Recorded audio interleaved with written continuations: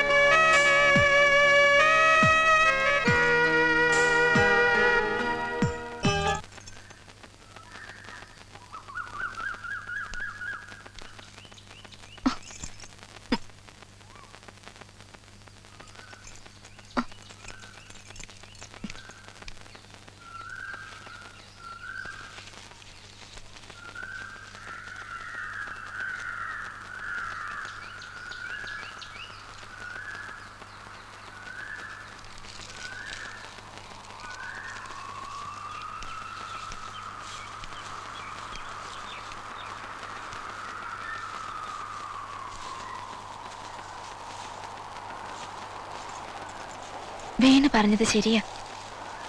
ഞാനും ഏതാണ്ട് ഫെലിക്സിനെ പോലെ. അതെ, ഫെലിക്സിനെ പോലെ ആവുമല്ല, പരസ്പരം പകരം വീട്ടുകയാണ്. പകരം വീട്ടല്ലോ? അതെ. എന്തിനു വേണ്ടി? വേണുവിന് ഫെലിക്സിനെ എത്ര കാലമായിട്ട് അറിയാം? വളരെ കാലമായിട്ട് അറിയാം. ഫെലിക്സിന്റെ അന്യ സ്ത്രീകളുമായുള്ള... ഇല്ലില്ല, അതെനിക്കറിയില്ല.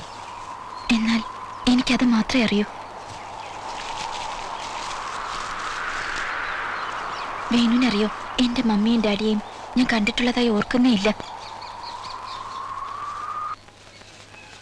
ഞാൻ കുഞ്ഞായിരിക്കുമ്പോ തന്നെ അവര് മരിച്ചുപോയി. എങ്ങനെ? ഒരു ആക്സിഡന്റിൽ. എന്നെ വളർത്തിയതും പഠിപ്പിച്ചതൊക്കെ എന്റെ ഗ്രാൻഡ് മദറാണ്. ഇപ്പൊ താമസിക്കുന്ന വീടില്ലേ, അത് മാത്രമേ ഉണ്ടായിരുന്നുള്ളൂ ആകെയുള്ള സമ്പാദ്യം. പോരാത്തതിന് ഗ്രാൻഡ് മദർ രോഗിയും. വീട്ടിൽ ചെലവിന് പോലും കാശില്ലാതെ വന്നപ്പോൾ നന്നേ ചെറുപ്പത്തിൽ തന്നെ എനിക്ക് ജോലി തേടി അലയേണ്ടി വന്നു.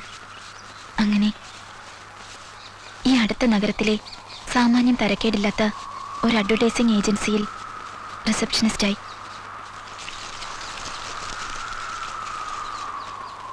അതെന്റെ ജീവിതത്തിലെ നാശത്തിന്റെ തുടക്കമായിരുന്നു വേണു. ആ ഏജൻസിയിലെ കൊമേഴ്ഷ്യൽ ഫോട്ടോഗ്രാഫി സ്ഥിരമായി ചെയ്യുന്ന ആളായിരുന്നു ഫെലിക്സ്. നിരന്തരം കാണാൻ തുടങ്ങിയപ്പോൾ അതൊരു പരിചയമായി. പരിചയം സൗഹൃദമായി. സൗഹൃദം ഇഷ്ടമായി. ഇഷ്ടം പ്രേമമായി.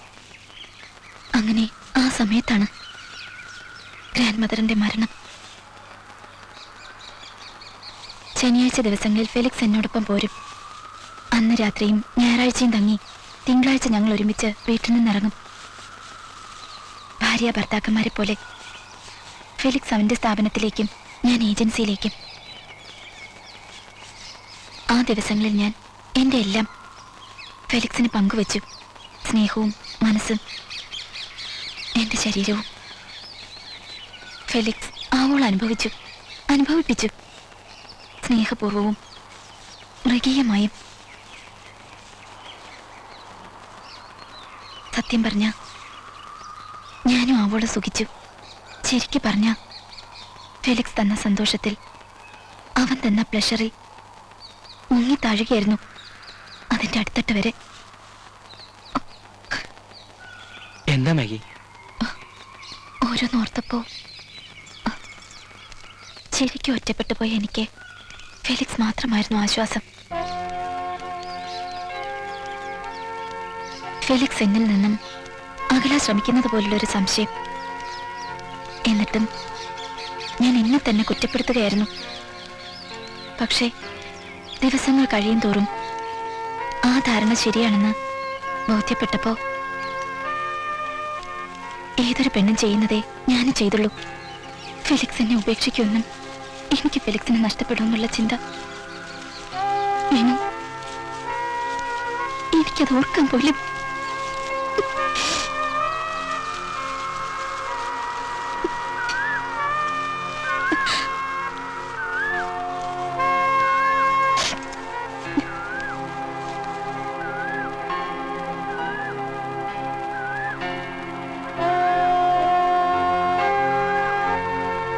അങ്ങനെ ഞാൻ ബഹളം ഉണ്ടാക്കി. വേണ്ടപ്പെട്ടവരെ അയൽക്കാരെയും വിളിച്ചുകൂട്ടി. അവര് പ്രഷർ ചെലുത്തിയപ്പോ ഫെലിക്സിന് രക്ഷപ്പെടാൻ പറ്റില്ലെന്നായി. അങ്ങനെ അവരുടെ നിർബന്ധത്തിന് വഴങ്ങി ഫെലിക്സ് എന്നെ കല്യാണം കഴിച്ചു. അതിനുള്ള പ്രതികാരമാ വേണു. എന്ത്?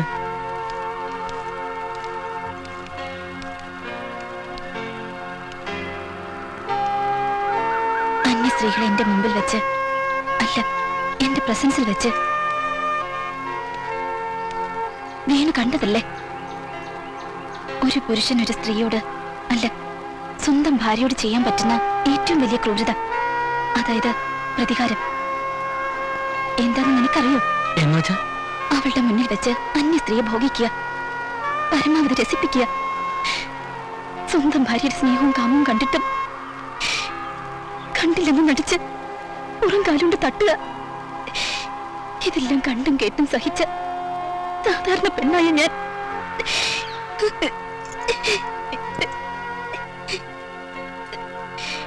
ഇത്തിരി സ്നേഹത്തിനും കാമത്തിനും വേണ്ടി മോഹിച്ചു പോയെങ്കിൽ അതൊരു തെറ്റാണോ? പറയൂ, ഞാൻ ചെയ്തത് തെറ്റാണോ? ഞാൻ ചെയ്യുന്നത് തെറ്റാണോ?